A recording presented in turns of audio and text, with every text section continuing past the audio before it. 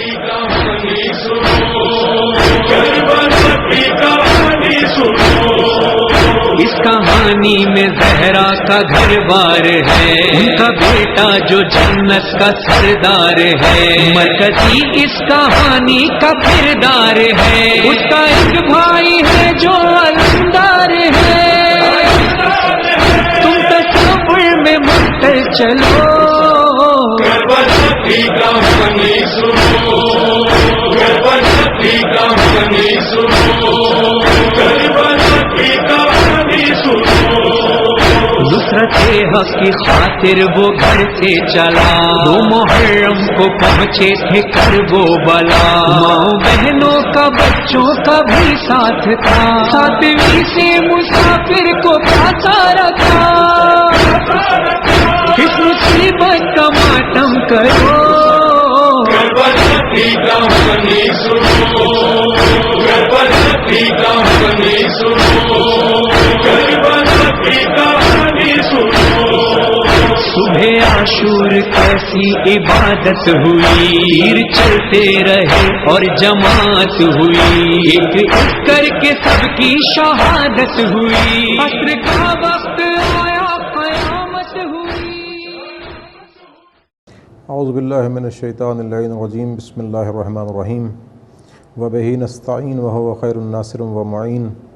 الحمدللہ رب العالمین باری الخلائق اجمعین،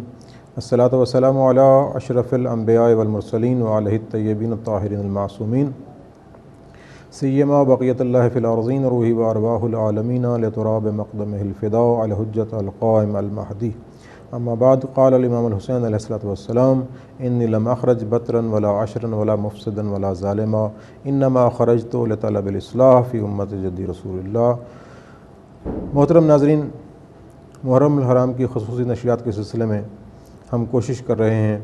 کہ واقعہ کربلا کو ایک اور انداز سے سمجھنے کی کوشش کریں، اور آج کے دور جدید میں اس واقعہ فاجعہ اسلام پر اٹھنے والے اعتراضات کو اپنی نظر کے حوالے سے سوچتے ہوئے اور اسلام کی حقانیت کے حوالے سے جو جوابات ہیں وہ آپ کی خدمت میں پیش کرنے کی کوشش کریں۔ دعا ہے کہ رب کریم ہمیں اس کوشش میں کامیاب فرمائے۔ محترم ناظرین، گزشتہ پروگرام میں ہم نے بات کی تھی کہ امام حسین علیہ السلام جب مکہ آ گئے، پھر آپ نے یہاں مکہ میں سے مختلف افراد کو خطوط لکھے۔ آپ نے اہل بصرہ کو خطوط لکھے، اہل کوفہ کے جو خطوط آپ کے پاس آئے اس کا سبب بیان کیا، اور پھر اہل کوفہ کے خطوط کا جواب دیا۔ آج ایک بات ہم یہاں کرنا چاہیں گے کہ از خود کوفہ کی صورتحال کیا تھی، کیونکہ کوفہ آج کے دور میں بھی اور گزشتہ ادوار میں بھی ایک متنازع موضوع رہا ہے۔ ہمیں یہ دیکھنا ہوگا کہ کوفہ شہر کب آباد ہوا۔ تو ہم دیکھتے ہیں کہ دوسری خلافت کے دور میں جب فارس کی جنگیں ہوئیں، دیگر جنگیں ہوئیں، تو پھر کوفہ کو ایک چھاونی کے طور پر آباد کیا گیا۔ وہاں تمام تر لشکر کے جو سپاہی تھے، افسران تھے، یا یوں کہہ لیجئے کہ جو فوجی افراد تھے، انہیں وہاں آباد کیا گیا۔ ان افراد میں مختلف ممالک کے افراد تھے، اس میں فارس کے بھی تھے، اس میں عرب کے بھی تھے، دیگر جتنے بھی ممالک میں اسلامی حکومت پھیلی تھی ان تمام کے افراد وہاں اس میں شامل تھے۔ اب وہ مختلف اللسان، مختلف الخیال اور مختلف النظریات وہاں کوفہ میں رہ رہے تھے، اس لیے کہ کوفہ سرحد کے قریب تھا۔ جب بھی حکومت اسلامی کو لشکر کی ضرورت پڑے تو وہاں سے فوری طور پر، یعنی جسے آج ہم کہتے ہیں کہ سپیڈلی طور پر وہاں سے لشکر نکالا جا سکے۔ اب وہاں کے افراد نظریاتی حوالے سے بھی مختلف تھے۔ ہم دیکھتے ہیں کہ جب امیر المومنین علیہ السلام کو خلافت ملی تو آپ کی خلافت کے بعد جو مختلف انتہائی بھیانک قسم کے سیاسی معاملات اٹھائے گئے اور سازشیں کی گئیں، اور اس حکومت اسلامی کو ختم کرنے کی تمام تر کوششیں کی گئیں، اس بنا پر کہ آپ نے فرمایا تھا کہ میں سیرت محمد مصطفیٰ کا احیاء کروں گا، قرآن مجید کی تعلیمات کو نافذ کروں گا۔ جن افراد نے حکومت اسلامی کے پردے میں حکومت سے مفادات اٹھائے ہیں، اپنی تجوریاں بھری ہیں، اپنے مالی مفادات اٹھائے ہیں، ان تمام چیزوں کو واپس لوں گا، حتیٰ کہ اگر کوئی رقم کسی نے کسی کے مہر میں دی ہوگی تو وہاں سے بھی حاصل کر لوں گا۔ یہ آپ کی پالیسی تھی۔ عین عدل اسلامی کے نفاذ کو امیر المومنین نے اپنی زندگی کا لائحہ عمل بنایا، اور یقیناً جو افراد ظلم کے طریقے سے، جو ناجائز انداز سے اپنی تجوریاں بھر چکے تھے، وہ امام علی علیہ السلام کی حکومت کو برداشت نہ کر سکے۔ جارح جرداق نے بہت خود کہا کہ علی کہ عدل کو برداشت نہ کر سکنے پر لوگوں نے علی کو اپنے راستے سے ہٹا دیا۔ یہ ایک ایسا معاملہ ہے کہ جو تاریخ میں واضح ہے، اور یقیناً ہمیں چاہیے کہ ہم امیر المومنین صلی اللہ علیہ وسلم کی سیرت کا تفصیلی جائزہ لیں کہ امام حسین علیہ السلام نے خصوصی طور پر اپنی وصیت میں اس کا ذکر فرمایا ہے کہ میں چاہتا ہوں کہ اپنے جد کی سیرت کا احیاء کروں اور اپنے والد کی سیرت کا احیاء کروں۔ جب سیرت مصطفیٰ کے ساتھ ساتھ سیرت مرتضیٰ کا احیاء کرنا مقصد امام حسین علیہ السلام ہے، تو ہمیں چاہیے کہ ہم سیرت مصطفیٰ کے ساتھ ساتھ سیرت مرتضیٰ کا بھی مطالعہ کریں۔ کاش کہ ہمیں وقت ملے تو ہم نہج البلاغہ کا مطالعہ کریں، ہم سیرت امیر المومنین صلی اللہ علیہ وسلم کا مطالعہ کریں اور پھر اس سیرت طیبہ کو اپنی زندگی میں نافذ کرنے کی کوشش کر سکیں۔ غرض کوفہ میں امیر المومنین صلی اللہ علیہ وسلم کے زمانے کا اگر ہم جائزہ لیں تو جو افراد تھے اس میں کچھ افراد ایسے تھے کہ جو امیر المومنین صلی اللہ علیہ وسلم کے اطاعت گزار تھے، یعنی اس زمانے میں انہیں شیعان علی کہا جاتا تھا۔ کچھ افراد تھے جو آپ کو ایک عادل حکمران سمجھتے تھے لیکن نظریاتی طور پر آپ کے لیے سازگار نہ تھے، وہ آپ کی حکومت کے خیر خواہ تھے کہ اس نظام عدل حکومت میں ہمیں اچھی آسائشات مل رہی ہیں، اور کچھ افراد ایسے تھے کہ جو آپ علیہ الصلوۃ والسلام کے اس نظام عدل کے ساتھ تو نہ تھے اور آپ کی اس الہی حکومت کے ساتھ نظریاتی طور پر بھی نہ تھے، لیکن وہ افراد امام علی علیہ السلام کو بھی اور امیر شام کو بھی دونوں کو حق کے خلاف سمجھتے تھے۔ وہ کہتے تھے کہ ان دو افراد کی بنا پر اسلام میں رکھنا آ گیا ہے اور لہٰذا ہم ان دونوں کے خلاف ہیں۔ وہ واقعہ تحکیم کے بعد جو خوارج کا فتنہ نکلا وہ آپ کے سامنے، اس کی طرف زیادہ بات کرنا تقاضۂ وقت نہیں ہے۔ غرض خارجی بھی اسی میں سے تھے، شیعان علی بھی اسی میں سے تھے، اور عامت الناس بھی انہی میں سے تھے جن کا فقط اور فقط مقصد یہ تھا کہ ہمیں امیر المومنین صلی اللہ علیہ وسلم کی حکومت میں اچھے مفادات مل رہے ہیں، آپ غریب پرور ہیں، آپ یتیم پرور ہیں۔ تو جو بالکل پسا ہوا طبقہ تھا وہ بھی امیر المومنین صلی اللہ علیہ وسلم کے ساتھ تھا، لیکن ان کا یہ ساتھ معاشی طور پر تھا، اپنے معاشی مفادات کی بنا پر تھا، ان کی وابستگی معاشی وابستگی تھی۔ لہٰذا ہم نے یہ دیکھا کہ کوفہ میں کچھ لوگ سماجی طور پر اہل بیت سے وابستہ تھے، کچھ معاشرتی طور پر وابستہ تھے، کچھ معاشی طور پر وابستہ تھے، اور کچھ نظریاتی طور پر وابستہ تھے۔ جبکہ تاریخ ہمیں یہ بتاتی ہے کہ امام حسین علیہ السلام کی طرف جب کوفہ سے خطوط گئے ہیں اور یہ بات عام ہو گئی کہ اہل کوفہ اپنے حکمران کے خلاف ہو گئے ہیں، اور امام حسین علیہ السلام کو انہوں نے دعوت دے دی ہے کہ آئیے، ہمارا کوئی امام نہیں، آئیے ہماری قیادت کیجیے، ہم آپ کے ساتھ ہیں۔ تو ان دعوت دینے والوں میں ان تین طبقات کے علاوہ کچھ ایسے بھی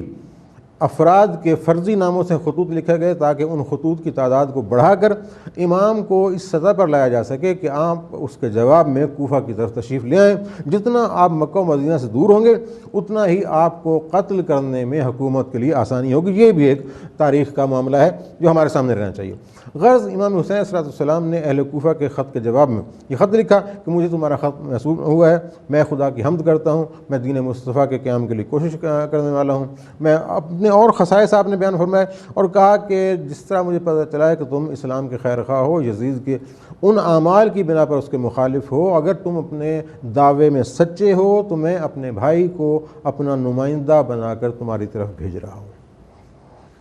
اس کے بعد آپ نے جناب مسلم بن عقیل کو اپنا نمائندہ بنایا اور اہل کوفہ کی طرف بھیجا۔ اب ایک نمائندہ بنا کر آپ نے بصرہ میں بھیجا، ادھر سے حکومت کی پالیسی یہ تھی کہ کسی نہ کسی طریقے سے کوفہ کے حالات کو کنٹرول کیا جا سکے، تاکہ ایسا نہ ہو کہ امام حسین علیہ السلام کوفہ پہنچ جائیں اور آپ کی انتہائی جاذب شخصیت کی بنا پر کہ جو رسول خدا صلی اللہ علیہ وسلم کی نمائندگی کر رہی تھی، کوفہ کے لوگ آپ کے ہمراہ ہو جائیں اور حکومت کے مشکلات بنیں۔ لہٰذا اس ظالم ترین بدکار ترین انسان کو، اس فاجر و فاسق ترین انسان کو، عبید اللہ بن زیاد کو بلایا گیا اور اسے کوفہ کی حکمرانی دے دی گئی،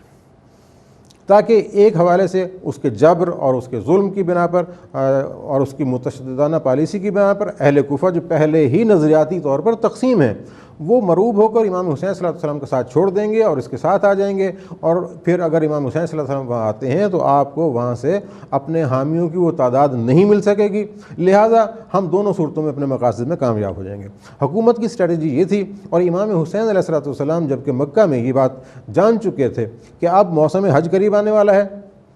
تو اس حج کے موسم میں اطراف و اکناف سے مسلمان آئے ہوں گے، یہ ایک موقع ہے کہ میں اس موقع سے فائدہ اٹھاؤں اور اپنی اس انقلاب کی جو وجوہات ہیں اور جو حکومت کی خرابیاں ہیں انہیں پورے عالم اسلام کے سامنے لاؤں۔ یہاں سے ایک بات میں ضرور آپ کی گوش گزار کرنا چاہوں گا کہ حج،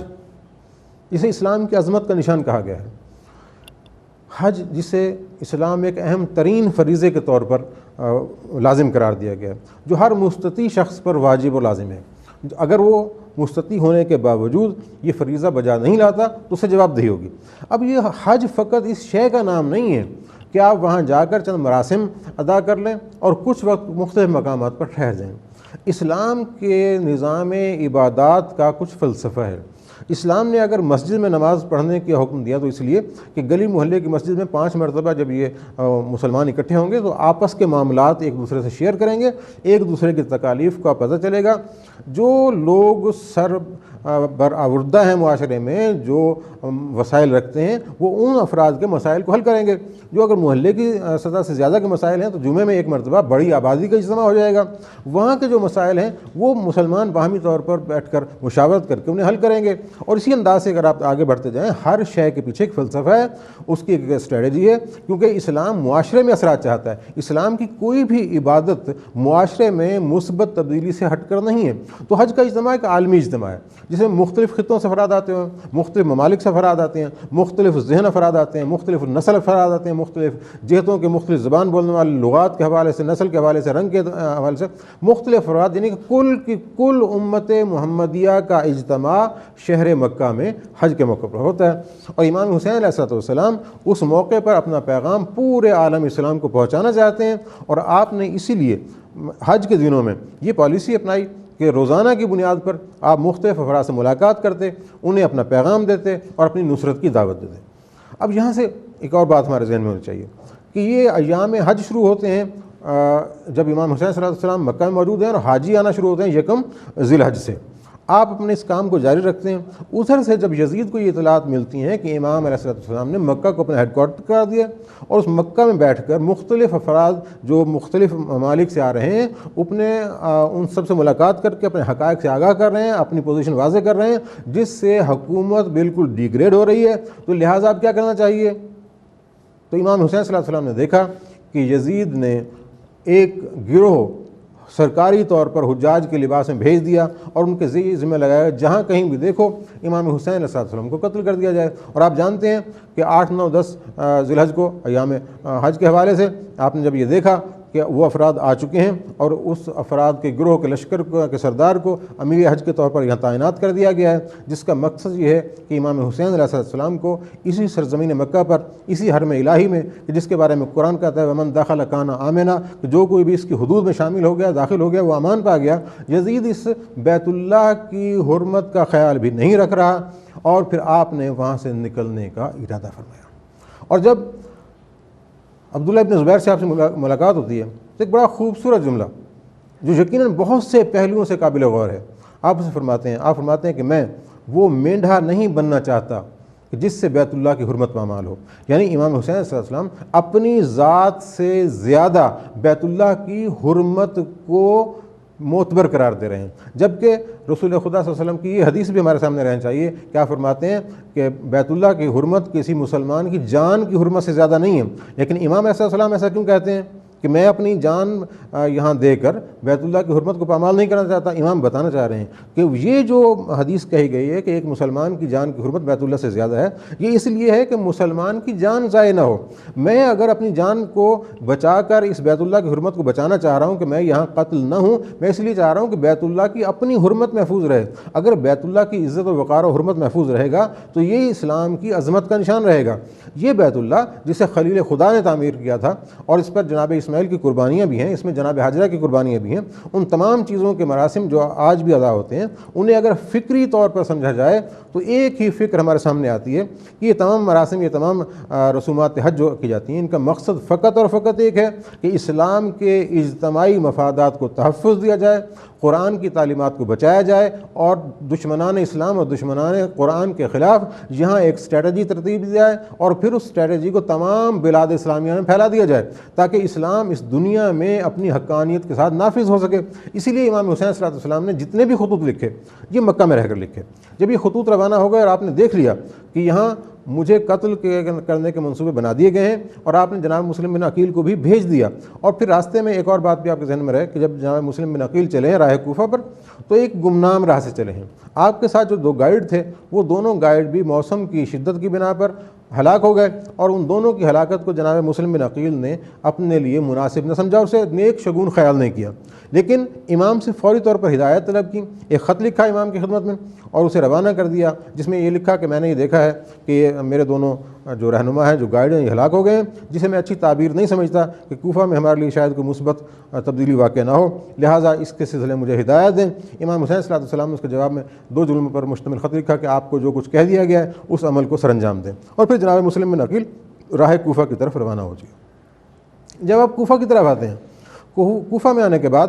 آپ سب سے پہلے جو کوفہ کے مختلف طبقات کے سربراہ افراد تھے، لیڈران تھے، رہنما تھے، ان سے ملاقاتیں کرتے ہیں، انہیں امام علیہ السلام کے موقف سے آگاہ کرتے ہیں اور ان کے سامنے امام کی اسلام کے تحفظ کی اسٹریٹجی کو رکھتے ہیں، اور پھر امام کی نیابت میں انہیں دعوت بیعت دیتے ہیں۔ وہ افراد جناب مسلم بن عقیل کے ساتھ ہوتے ہیں، آپ کی دعوت پر لبیک کہتے ہیں اور امام حسین علیہ السلام کے لیے آپ کے ہاتھ پر بیعت کرتے ہیں۔ جب جناب مسلم بن عقیل کوفہ میں یہ اقدام کر رہے ہوتے ہیں تو پھر آپ اپنے لمحہ بلمحہ ہر وقت کی جو کارروائی ہے اس سے امام حسین صلی اللہ علیہ وسلم کو آگاہ رکھتے ہیں۔ امام حسین علیہ السلام تک جب یہ خبریں پہنچتی ہیں کہ کوفہ کے اکثر لوگوں نے آپ کی بیعت کر لی ہے، یہ اب آپ کے لیے آمادہ و تیار ہیں، آپ تشریف لائیے، آپ کو یہاں ہم استقبال کرتے ہیں، یہ حکومت کے لیے بھی آپ کے ساتھ ہیں، ہر لحاظ سے وہ تمام رپورٹ جو امام تک پہنچیں، جس کے نتیجے میں امام علیہ السلام نے اپنے مدینہ سے نکلنے کا جو سلسلہ تھا اسے کوفہ کی طرف موڑ دیا۔ اب یہاں سے ہمیں پتہ چلتا ہے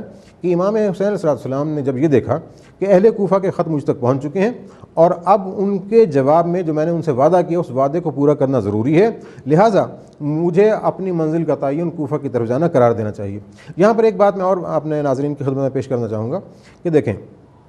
جب امام جانتے ہیں کہ اہل کوفہ وفا نہیں کریں گے تو آپ کوفہ کی طرف کیوں جاتے ہیں؟ یہ سوال ہوتا ہے۔ امام علیہ السلام کوفہ تشریف نہ لے جاتے؟ تو اس کا جواب یہ ہے کہ امام حسین علیہ السلام اگر خدا نہ خواستہ ایسا کرتے کہ مکہ سے کوفہ تشریف نہ لے جاتے تو تاریخ میں یہ سوال ہمیشہ کے لیے رہ جاتا کہ یہ ہزارہا خطوط جن سے بوریاں بھری ہوئی تھیں یہ اہل کوفہ نے لکھے اور اہل کوفہ نے امام کو اپنی وفاداری کا یقین دلایا، لیکن امام نے ان کی وفاداری پر اعتماد نہیں کیا۔ اگر امام وہاں جاتے تو ہو سکتا ہے وہ سب کے سب لوگ امام کے مطیع اور فرما بردار ہوتے۔ امام علیہ السلام نے ان اہل کوفہ کی اس تمام اطاعت گزاری کی جو فرضی کارروائیاں تھیں انہیں حقیقت کے روپ میں دکھانے کے لیے اور آئندہ آنے والی تاریخ کو اپنے حق میں خاموش گواہ بنانے کے لیے یہ اقدام کیا کہ آپ کوفہ کی طرف چلے گئے، بالکل اسی طریقے سے کہ جس انداز سے خداوند قدوس جانتا تھا کہ یہ عزازیل جو ہے جو فرشتوں کی صف میں آ گیا ہے یہ جنات میں سے ہے، فرشتے نہیں جانتے تھے کہ یہ جن ہے، اور انہیں یہ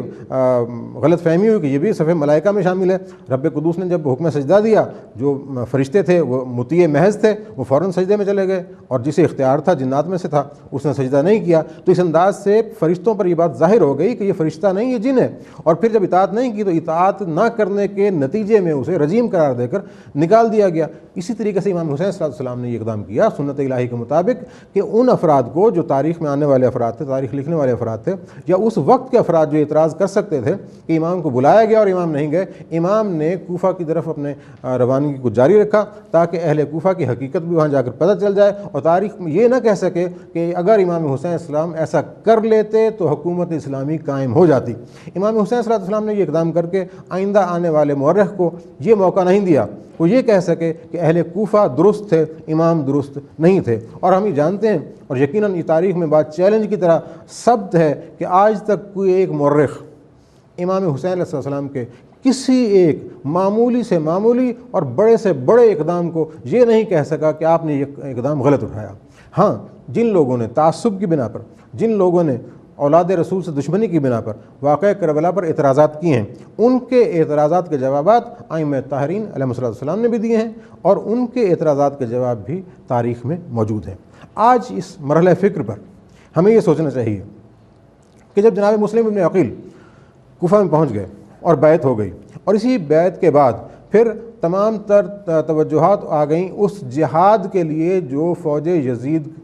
کے مقابلے پر اہل کوفہ نے کرنا تھا، تو اس وقت امام حسین علیہ السلام کے اس نمائندے کو ایک مشکل درپیش آئی۔ وہ مشکل یہ تھی کہ عبید اللہ ابن زیاد کوفہ کا حکمران بنا اور رات کی تاریکی میں یہ کوفہ پہنچا۔ اب اس شخص نے اپنے چہرے پر نقاب ڈالا ہوا تھا اور اس شخص کی آمد کو انہی کے نمائندگان نے یہ کہہ کر متعارف کرایا کہ شاید امام حسین صلی اللہ علیہ وسلم آ رہے ہیں، اور تمام افراد اس کے استقبال کے لیے ٹوٹ پڑے۔ جب اس نے دیکھا کہ یہ سب کے سب افراد امام کو لبیک کہنے کے لیے آئے ہوئے ہیں تو اس نے اپنے چہرے سے نقاب الٹ دی۔ لوگوں نے دیکھا کہ یہ ابن زیاد ہے جو اس کی تمام ظلم و بربریت سے آگاہ تھے۔ یہ مسجد کوفہ میں گیا، تمام کو جمع کیا اور وہاں ایک خطبہ دیا اور بتا دیا کہ جو کوئی میری بات مانے گا اس کی زندگی محفوظ ہے، اور جو کہ میری بات نہیں مانے گا نہ اس کی عزت محفوظ ہے، نہ اس کی آبرو محفوظ ہے، نہ اس کی جان محفوظ ہے، نہ اس کا خاندان محفوظ ہے۔ یقیناً جیسا کہ ہم نے پہلے بات کی کہ کوفہ کے افراد مختلف ذہن تھے، مختلف الخیال تھے، مختلف الفکر تھے، ان تمام افراد کا رد عمل بھی مختلف ہونا تھا۔ اب جو افراد خالص و مخلص تھے، جو نظریاتی طور پر امام حسین صلی اللہ علیہ وسلم کے ہمراہ تھے، وہ کوفہ سے کربلا کی طرف روانہ ہوئے، امام سے ملنے کے لیے روانہ ہوئے، اور آپ دیکھتے ہیں کہ شہدائے کربلا میں اہل کوفہ کی بہت بڑی تعداد ہے، وہی افراد تھے، اور جو باقی افراد بچے انہیں ابن زیاد نے قید کر دیا، بعض شہید ہو گئے، اور باقی افراد جو مختلف طبقات سے تعلق رکھتے تھے انہوں نے ابن زیاد کی اطاعت قبول کر لی، اور پھر وہیں سے ایک لشکر کا ترتیب آیا جو کربلا کی طرف روانہ کر دیا گیا۔ انشاءاللہ آنے والے پروگراموں میں ہم واقعہ کربلا کے مختلف موضوعات کا اور انداز سے جائزہ لیں گے تاکہ تفہیم کربلا حاصل کر سکیں، اور پھر اپنے اس کردار میں، اپنی زندگی میں، اپنے افکار میں، اپنے اعمال میں اس کربلا کا گھر بار ہے، ان کا بیٹا جو جنت کا سردار ہے، مرکزی اس کہانی کا کردار ہے، اس کا ایک بھائی ہے جو علمدار ہے، تم تصور میں مکتل چلو، کربلا کی کہانی سنو، کربلا کی کہانی سنو، کربلا کی کہانی سنو۔ نصرت حق کی خاطر وہ گھر سے چلا، 2 محرم کو پہنچے تھے کربو بلا، ماں بہنوں کا بچوں کا بھی ساتھ تھا، 7ویں سے مسافر کو پھانسا رکھا، اس مصیبت کا ماتم کرو، کربلا کی کہانی سنو، کربلا کی کہانی سنو، کربلا کی کہانی سنو۔ صبح عاشور کیسی عبادت ہوئی، تیر چلتے رہے اور جماعت ہوئی، ایک ایک کر کے سب کی شہادت ہوئی۔